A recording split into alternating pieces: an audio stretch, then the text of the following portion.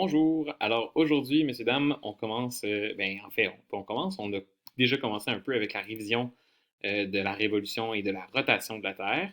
Ce sont des termes qu'on va réutiliser dans les prochaines capsules. Donc aujourd'hui, on commence le système solaire comme tel. Donc on va voir c'est quoi le système solaire. Vous en avez probablement déjà une idée, vous avez probablement déjà vu ça un peu au primaire. Mais aujourd'hui, et dans la prochaine capsule, on va y aller un peu plus profondément. Donc on va aller voir c'est quoi le système solaire, c'est quoi un système solaire en fait. Aujourd'hui, ça va être principalement ça. On va voir le Soleil aussi aujourd'hui. Prochaine capsule, on va voir les planètes du système solaire. Puis ensuite, on va parler de comment tout ça fonctionne. Mais donc aujourd'hui, on se concentre vraiment sur, en gros, c'est quoi un système solaire pour comprendre où est-ce qu'on va s'en aller.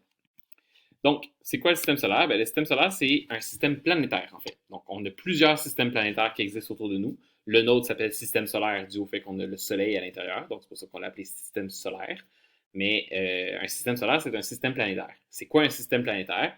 Un système planétaire, c'est un système qui est composé de planètes, donc planétaire, planète, de différents corps célestes, donc des astéroïdes, des comètes, des planètes naines, de la poussière, qui vont graviter autour d'une étoile. Donc, ce qui est super important dans un système planétaire, c'est qu'il y a une étoile qui va être au centre du système planétaire. Puis autour, il va y avoir une ou plusieurs planètes qui vont graviter autour et qui vont tourner autour. Donc, dans notre cas, nous, notre étoile, c'est le Soleil. Donc, le Soleil, c'est pas quelque chose de différent des autres étoiles. Donc, quand vous voyez une étoile dans le ciel, c'est similaire à notre Soleil. Vous allez voir, quand on va parler du Soleil, notre Soleil à nous, il est très petit. Notre étoile à nous, elle est très petite. Le Soleil, c'est une très petite étoile. Dans toutes les étoiles qu'on connaît, c'est une des plus petites. Mais c'est ça. Donc, quand vous voyez une étoile dans le ciel en petit la nuit, c'est exactement la même chose que le Soleil. Jusqu'à présent, donc ça, c'est la statistique qui date d'hier. Donc, on a découvert 3152 systèmes planétaires. Il y en a probablement plus encore parce qu'on en découvre assez fréquemment. Là. Donc, présentement, on en a découvert 3152. Dans ces 3152-là, il y en a 698 qui ont plusieurs planètes à l'intérieur. Donc, ça veut dire qu'on en a une coupe leur système planétaire, c'est un soleil, une étoile. Donc, c'est assez simple. Pas un soleil, pardon. Je recommence. La plupart vont avoir une étoile, une planète. Okay? Donc, juste une étoile, une planète. Mais on en a 698 qui ont une étoile et plusieurs planètes. Et avec tout ça, on a découvert qu'on avait 4266 planètes qu'on a découvert, qu'on a été capable de voir, qu'on a pu les analyser à distance. C'est sûr qu'on n'a pas envoyé des robots sur chacune de ces planètes-là, mais on a été capable de les analyser à distance. Donc, présentement, on en a 4266. Je dis présentement parce que la dernière statistique que j'avais trouvée, on était à 3000 planètes. En 2 ans, on a réussi à augmenter ça jusqu'à 4200. Donc, on a découvert en 2 ans 1200 à peu près là, 1200 planètes de plus. Si vous voulez aller voir, là, je vous l'ai mis en bas ici. Donc, le site qui est ici, c'est le site de l'Union européenne, de l'Agence spatiale de l'Union européenne, qui se met à jour assez fréquemment. Donc, les dernières statistiques sont là. Donc, si c'est quelque chose qui vous intéresse, vous allez voir, c'est très précis comme site. Là. C'est assez même difficile de trouver des informations parce que c'est des noms de code. La plupart des planètes n'ont pas de nom. Là. C'est des lettres et des chiffres un après l'autre. Fait que c'est très difficile à s'y retrouver. Mais il y a la statistique qui apparaît en haut de l'écran dès que vous cliquez dessus. Donc, si vous voulez aller voir si demain il y a des nouvelles planètes, parce que ça se peut que demain ma statistique soit plus à jour. Ça se pourrait, étant donné qu'on en trouve quand même fréquemment. À titre comparatif, le système planétaire le plus proche de nous s'appelle l'Alpha du Centaure, qui est le système solaire, qui est comme un système solaire, là, mais c'est un système planétaire, qui est le plus proche de nous. Puis il comporte 3 étoiles, celui-là. Donc à l'intérieur même du système planétaire, il va y avoir 3 étoiles, mais il y en a une qui est, mettons, plus majeure que les autres. Puis pour le moment, on n'est pas sûr si elle a une à 3 planètes.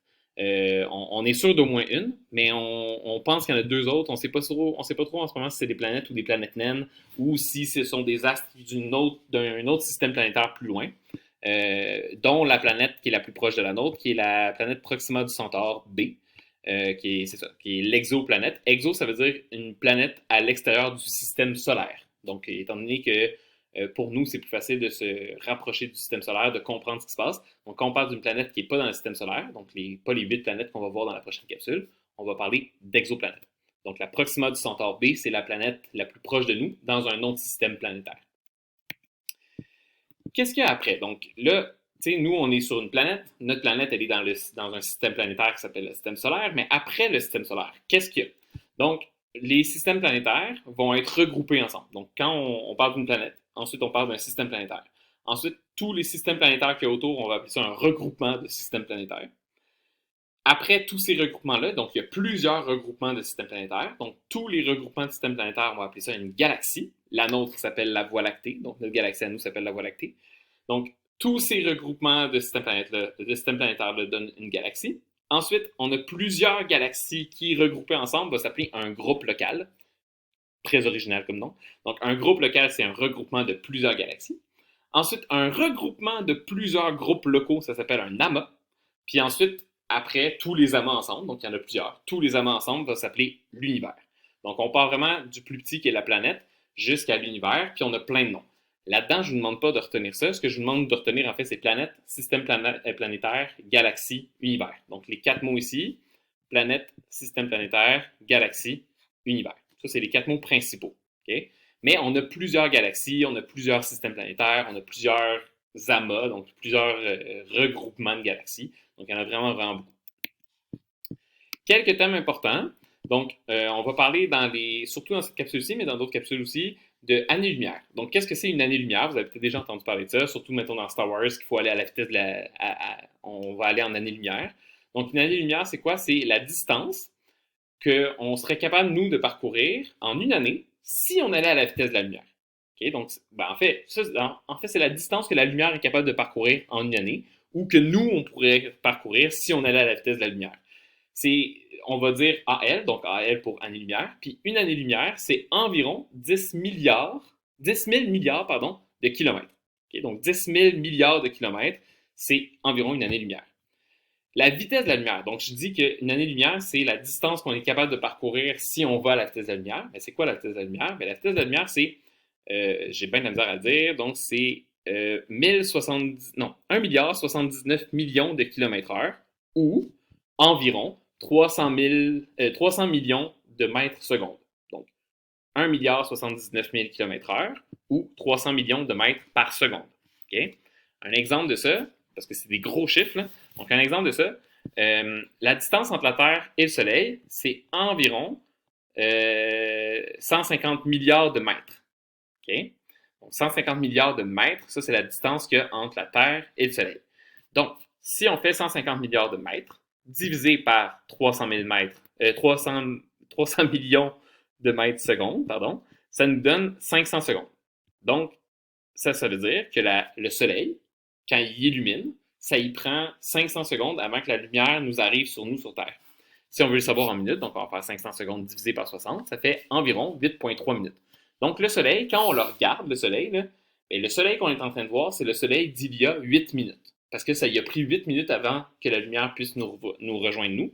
Donc quand la lumière nous frappe dans les yeux, c'est la lumière qui est partie du Soleil il y a 8 minutes. Donc ce qu'on voit, là, le Soleil, quand on le regarde, ça fait 8 minutes que c'est plus le même. En gros, si le Soleil y explose, c'est sûr qu'il y aurait d'autres conséquences, là, mais si le Soleil y explose, ça va nous prendre 8 minutes avant de savoir que le Soleil a explosé, parce que ça va prendre 8 minutes avant que cette lumière-là nous arrive sur nous. Donc c'est 8 minutes plus tard qu'on va pouvoir savoir que le Soleil est explosé et qu'on va mourir dans les prochaines secondes. Okay? Donc il ne faut pas que le Soleil explose dans la vie, mais donc c'est ça. À chaque fois qu'on regarde quelque chose dans l'espace, on ne le voit pas en ce moment, on le voit comme il était par rapport à sa distance en années-lumière. Donc c'est ça qui est un peu spécial, parce que l'espace, c'est tout le temps, on est en train de regarder le passé. Quand on regarde les étoiles, on regarde le passé. Donc il y a peut-être une étoile qu'on est en train de regarder qui a explosé il y a déjà des centaines de milliers d'années, voire même des millions d'années, mais on ne le sait pas encore parce qu'elle est tellement loin que cette lumière de l'explosion ne nous est pas encore arrivée. Donc on va le savoir plus tard. Ouais, c'est ça. Quelques petits trucs intéressants par rapport à ça. Donc l'univers qu'on a réussi à observer présentement, il est à 13,7 milliards d'années-lumière. Donc 13,7 milliards d'années-lumière, si on fait le calcul avec les informations que je vous ai données ici. 13,7 milliards d'années-lumière, c'est ce chiffre-là, en kilomètres. Je ne peux pas vous le dire, c'est un chiffre qui se dit pas, là. Donc c'est 137, les millions, c'est à partir d'ici. Fait que c'est 137 000 milliards de kilomètres. Okay? Donc, c'est à peu près quelque chose de genre, je ne suis même pas sûr que je l'ai dit correctement, mais c'est très, très, très gros. Là. Donc, ça, on pense présentement que l'univers observé, qu'on a été capable de voir avec un énorme télescope, il est à 13,7 milliards d'années-lumière. Mais, comme ça a pris 13,7 milliards d'années avant que cette lumière-là nous vienne, on estime que finalement, le bout de l'univers, le fond de l'univers, il serait à 46 milliards d'années-lumière. Donc, c'est vraiment ultra loin, c'est vraiment loin. Puis je dis que j'ai mis le fond entre guillemets. Pourquoi? Parce que l'univers, il est tout le temps en expansion. Il va toujours grossir. L'univers, là, c'est quelque chose qui grossit à l'infini. Donc c'est pour ça qu'on peut dire que l'univers est infini, parce qu'il est toujours en train de grossir. Donc présentement, on estime que le fond, entre guillemets, là, le fond de l'univers est à 46 milliards d'années-lumière, mais dans les faits, il n'existe pas le fond parce qu'il est tout le temps en train de grossir. Il va tout le temps avancer, ce fond-là. Puis finalement, une chose importante qu'il faut savoir, c'est que tout dans l'univers tourne. Donc nous, on tourne sur nous-mêmes, puis en plus de tourner sur nous-mêmes, on tourne autour du Soleil. Mais le Soleil aussi tourne sur lui-même. Le système solaire tourne autour d'un autre système planétaire. Cet autre système planétaire-là, avec nous qui nous entraîne, tourne autour d'un autre système planétaire. La galaxie de la Voie lactée tourne autour d'une autre galaxie plus grosse. Donc on est tout le temps en train de tourner autour de quelque chose. Toujours, toujours, toujours. Il n'y a jamais rien qui est stable. Tout tourne. Tout le temps. Okay? Donc ça, il faut le savoir, c'est une des raisons d'ailleurs pourquoi tout est à peu près rond. Parce que comme quand on fait une pâte à pizza, si je la tourne sur elle-même rapidement, elle va devenir rond, ma pâte à pizza, parce que la vitesse fait que ça devient rond. Mais c'est le même principe. Donc comme tout tourne sur lui-même, ben, tout est à peu près rond dans l'univers. Donc on va revenir à nous. On va terminer cette capsule-ci juste avec le Soleil. Prochaine capsule, on va parler des autres planètes. Donc, notre système solaire à nous, donc notre système planétaire, qui est le système solaire, est composé d'une étoile, le Soleil, qu'on va voir aujourd'hui, de 8 planètes, possiblement 9, okay? Donc on va voir ça aussi dans la prochaine capsule, et aussi en devoir aujourd'hui, de 5 planètes naines, et d'astéroïdes, de comètes et d'astres, comme la Lune, par exemple. Donc on va rentrer tout ça aussi là-dedans. Ça, je vais en parler à la prochaine capsule. Donc, on termine aujourd'hui avec le Soleil. Donc, le Soleil, c'est quoi? Ben, c'est l'astre le plus gros de notre système solaire. Un astre, là, c'est tout ce qui est spatial, tout ce qui est dans l'espace. N'importe quoi qui est dans l'espace, ça s'appelle un astre. Donc, c'est l'astre le plus gros de notre système, mais c'est considéré comme une des plus petites étoiles de la galaxie, voire même probablement de l'univers. Okay? Donc, c'est une très petite étoile pour l'univers, mais pour nous, c'est la chose la plus grosse. Ensuite, ben, c'est une étoile qui est composée de 2 gaz principaux, soit l'hydrogène et l'hélium. C'est à peu près 70% d'hydrogène, une trentaine, ben pas 30%, là, mais presque 30% d'hélium, puis un 2% d'autres affaires. Donc, c'est 2 gaz principaux. Ces 2 gaz-là, ce qu'ils font, ben, il y a des réactions nucléaires qui se passent entre les 2 gaz, ce qui crée cette énorme énergie qu'est le Soleil. Parce que les 2 gaz qui se rentrent en contact les uns dans les autres tout le temps créent des réactions nucléaires, comme plein de petites bombes nucléaires tout le temps. Puis cette énergie-là ben, est assez puissante pour pouvoir venir nous réchauffer, venir réchauffer les autres planètes aussi, même les planètes qui sont très loin, c'est sûr qu'ils se réchauffent un peu moins, mais ils seront quand même réchauffés, et d'envoyer assez de lumière pour pouvoir être illuminés. Ensuite, sa température externe, donc à l'extérieur du Soleil, c'est d'environ 5500 degrés Celsius, mais au milieu, c'est 15 millions de degrés Celsius. Donc ça, c'est vraiment énorme. Encore une fois, donc c'est ça qui fait qu'on est capable de se faire réchauffer. En titre comparatif, le milieu de la Terre, c'est 6000, puis de la lave, c'est 1200 degrés Celsius. Donc là, le milieu là, du Soleil, là, c'est 15 millions. La masse du Soleil, c'est de 2 fois 10 à la 30 kg, donc c'est ce chiffre-là ici en kilos. Là. Puis c'est environ 330 000 fois plus grand que la Terre. Puis dû à cette énorme masse-là, ben, ça fait que les 8 planètes qu'il y a autour et tous les astres qu'il y a dans le système solaire, ben, ils gravitent autour. Ça, on va le voir plus tard, c'est quoi la gravité, mais plus on a quelque chose de très gros comme masse, plus ça attire les choses vers lui. Et le Soleil a un rayon de 695 500 km, ce qui est environ 109 fois plus gros que la Terre. Okay? Donc, on comprend que le Soleil est vraiment plus gros en termes de volume que la Terre, puis en termes de masse encore plus.